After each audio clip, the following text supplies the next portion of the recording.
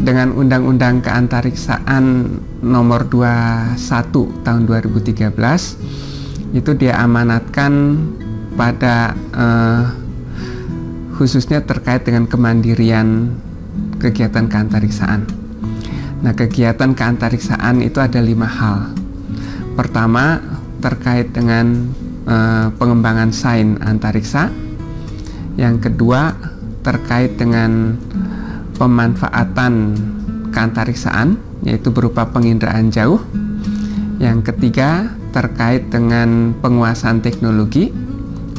Ini terkait dengan satelit, roket, dan teknologi aeronautika atau penerbangan. Kemudian yang keempat, terkait dengan peluncuran wahana antariksa. Kemudian yang berikutnya adalah terkait dengan bandar antariksa dan komersialisasi antariksa. Jadi LAPAN mempunyai visi untuk membangun suatu pusat keunggulan sains, pemanfaatan, dan teknologi keantariksaan serta kajian kebijakan keantariksaan. Itu adalah visi kita untuk membangun itu. Nah, terkait dengan Undang-Undang Keantariksaan, diamanatkan juga untuk membuat suatu rencana induk 25 tahun, rencana induk keantariksaan. Ada 4 hal besar yang harus masuk di dalam rencana induk tersebut, yang nantinya rinciannya akan dijabarkan di dalam rencana induk. Pertama adalah kita mengupayakan menguasai dan mempunyai dan serta meluncurkan sendiri satelit penginderaan jauh.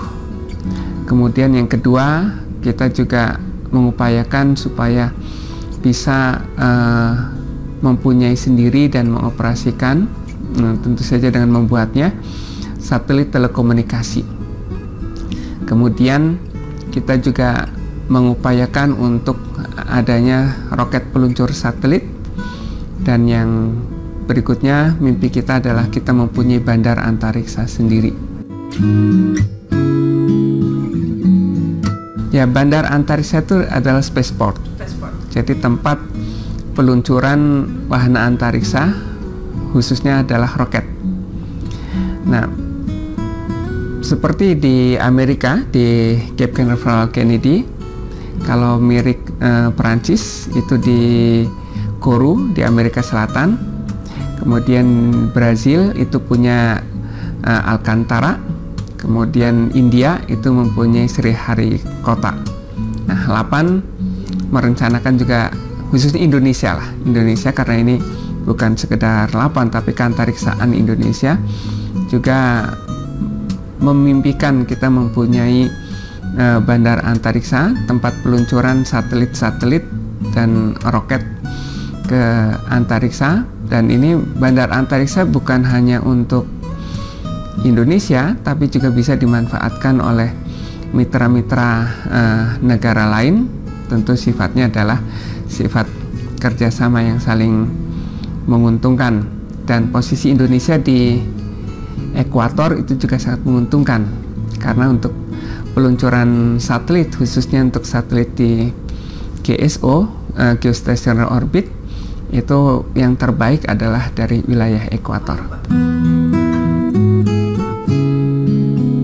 Karena kalau untuk peluncuran dari, sebut saja dari Amerika, Cape Canaveral Kennedy, itu ketika untuk menempatkan di ekuator dia perlu ada manuver-manuver, sehingga manuver tersebut tentu akan memerlukan bahan bakar roket, sehingga biayanya kalau kita bandingkan antara peluncuran dari ekuator dan dari peluncuran dari lintang tinggi, tentu akan lebih murah kalau peluncuran dari ekuator.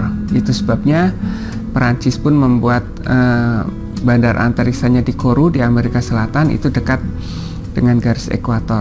Brazil juga sama, Alcantara itu di wilayah ekuator. Nah,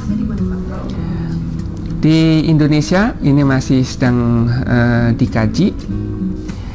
Yang wilayah dekat ekuator itu yang pertama adalah di Biak. Lapan sudah mempunyai lahan di sana untuk persiapan itu. Alternatif yang lain adalah di Morotai. Ini posisinya plus minus 2 derajat dari ekuator. Nah, sekarang sedang dikaji segala kemungkinannya untuk mendukung peluncuran roket tersebut. Jadi dari segi keamanannya, dari segi transportasi untuk membawa roket ke arah sana, kemudian juga yang juga menjadi penting itu adalah akseptabilitas masyarakatnya.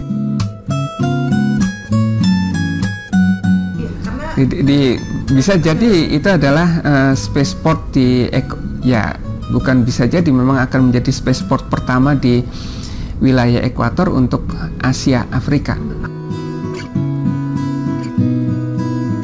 Lokasi itu. Jadi kalau di benua Amerika Selatan itu sudah ada di Kourou dan di Alcantara. Nah, untuk wilayah Asia dan Afrika itu belum ada. Kalau kita bisa membangun itu akan menjadi lokasi yang sangat penting sekali. Pertama tentu political will. Jadi ini semacam komitmen nasional bahwa kita ingin mengembangkan teknologi antariksa yang tidak bergantung pada negara lain, walaupun kerjasama tetap terbuka. Indonesia yang luas, negaranya berpulau-pulau yang dipersatukan oleh lautan, tentu memerlukan teknologi satelit.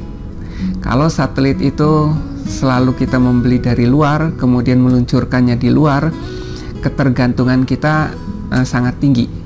Padahal umur satelit itu rata-rata hanya sekitar 7 tahun, 5 sampai dengan 7 tahun. Sehingga pembaruan itu harus selalu ada.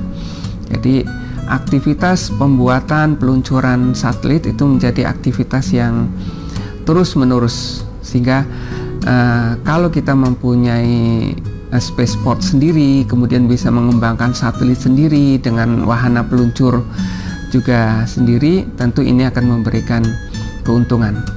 Tetapi untuk membangun itu tentu teknologinya adalah teknologi tinggi. Dan teknologi antariksa adalah teknologi yang juga sangat mahal. Kemudian risikonya juga sangat tinggi. Jadi yang high cost, high risk, high tech dalam teknologi antariksa ini sangat sulit kalau kita bekerja sendiri. Akan sangat lama. Sehingga jalan yang harus dilakukan adalah bekerja sama dengan mitra-mitra yang sudah maju. Kita sedang menjajaki mitra-mitra kita untuk pengembangan teknologi antariksa seperti itu. Tentu teknologi antariksa yang memang sangat ada bagian-bagian yang sangat sensitif karena ini bisa dimanfaatkan untuk teknologi militer. Nah, itu negara-negara mitra tentu berhitung juga. Itu tidak bisa dengan mudah diberikan karena ada perjanjian-perjanjian internasional yang harus diikuti. Kita sudah mempunyai kerjasama tetapi dalam bidang yang beragam dengan badan-badan antariksa internasional, dengan Amerika, dengan NASA. Kita juga mempunyai kerjasama dengan Rusia di Roskosmos, juga dalam beberapa hal kita punya kerjasama. Kemudian India, ISRO juga punya kerjasama, dengan Jepang, JAXA itu juga ada kerjasama. Kemudian beberapa negara yang aktif dan maju juga seperti Cina, Ukraina itu juga kita menjajaki peluang-peluang kerjasama seperti itu.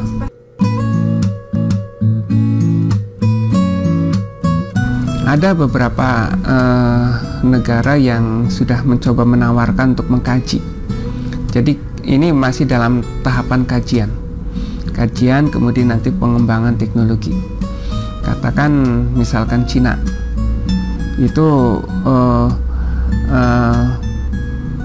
mungkin saja bisa membantu kita untuk mengembangkan itu. Demikian juga mungkin negara-negara seperti Ukraina itu juga mungkin, karena Ukraina pernah bekerja sama dengan Brazil untuk mengembangkan spaceport mereka. Kemudian ya negara-negara mitra kita seperti India, Jepang atau Rusia itu juga peluang itu masih terbuka. Jadi kita membuka kepada semua mitra untuk sama-sama mengembangkan bandara antariksa di Indonesia ini. Kalau spaceport ini nantinya memang bisa digunakan untuk wahana antariksa yang berukuran besar, termasuk untuk peluncuran wahana berawak sehingga bisa mengirim astronot, itu bisa saja dimanfaatkan seperti itu. Hanya saja kalau wahana berawak seperti ISS itu kan tidak harus di ekuator. Jadi ini mungkin banyak peluang dari spaceport yang lain pun mungkin ada. Yang sekarang yang sudah digunakan untuk mengirim manusia itu adalah yang Space Canaveral Kennedy di Amerika, kemudian di Rusia, Jepang juga dengan wahana terbang, wahana antariksa pengangkut astronot juga sudah, kemudian Cina. Suatu saat mungkin bisa. Jadi biasanya begini, orang mengirim atau negara mengirimkan astronot itu ada tahapan-tahapan yang memang harus diatasi. Mengirimkan astronot itu lebih rumit dibandingkan mengirimkan benda mati seperti satelit, karena untuk astronot itu keamanan supaya astronot itu bisa selamat terbang dan selamat kembali itu juga hal yang penting. Jadi penguasaan teknologi antariksa termasuk sistem-sistem yang terkait ini harus dikuasai dulu. Memang teknologi antariksa itu mahal, tapi dari segi pemanfaatan dan multiple effect-nya itu luar biasa. Sekedar contoh India misalkan, itu kalau orang melihat dari segi jumlah penduduknya yang demikian besarnya, kemudian masalah-masalah kemiskinan juga masih ada, tetapi India tetap mengembangkan teknologi antariksa. Karena dengan teknologi antariksa itu banyak memberikan solusi untuk perbaikan kesejahteraan masyarakatnya. Dan juga dengan teknologi yang tinggi yang digunakan oleh teknologi antariksa ini memacu juga industri-industri yang mendukung itu. Artinya memberikan tantangan dan juga memberikan peluang pengembangan industri-industri teknologi tinggi. Dan tentu saja yang bagian yang juga penting itu adalah memberikan kebanggaan nasional. Karena kebanggaan nasional ini juga bagian yang sangat penting, menempatkan kita sebagai bangsa yang diperhitungkan oleh negara-negara lain. Cita-cita itu ada. Jadi roket peluncur satelit itu menjadi cita-cita pengembangan roket di 8. Teknologinya ini tidak bisa dipelajari sendiri, tidak ada sekolahnya yang memberikan ilmu untuk mengembangkan roket, karena ini sangat sensitif. Roket bisa dimanfaatkan untuk keperluan militer, sehingga negara-negara tidak mungkin memberikan begitu saja teknologi roket itu, sehingga kita harus mengembangkan sendiri atau mungkin memang bermitra dengan negara mitra kita. Tahapan yang sudah dilakukan oleh LAPAN adalah membuat roket-roket mulai dari roket-roket penelitian, jadi roket eksperimen itu kelas-kelas RX.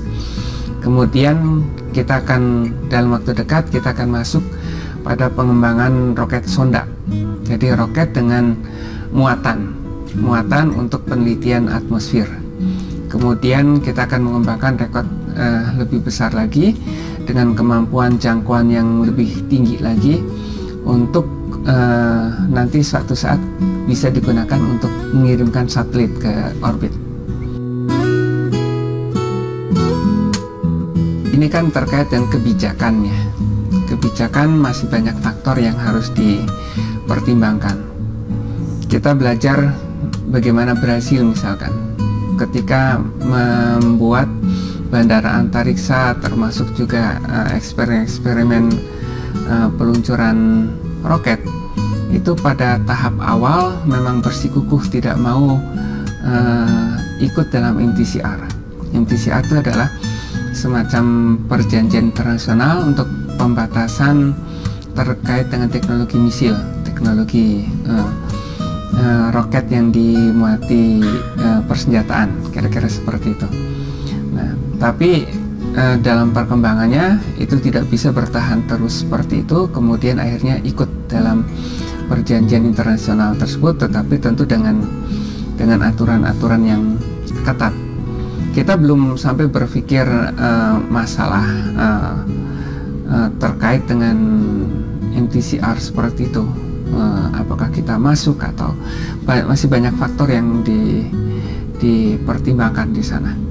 Tetapi ya mau tidak mau, ketika kita mengembangkan teknologi roket, kita akan dihadapkan pada masalah-masalah perjanjian internasional yang memang ada batasan-batasan yang harus kita atasi, harus kita ikuti ya, terkait dengan itu.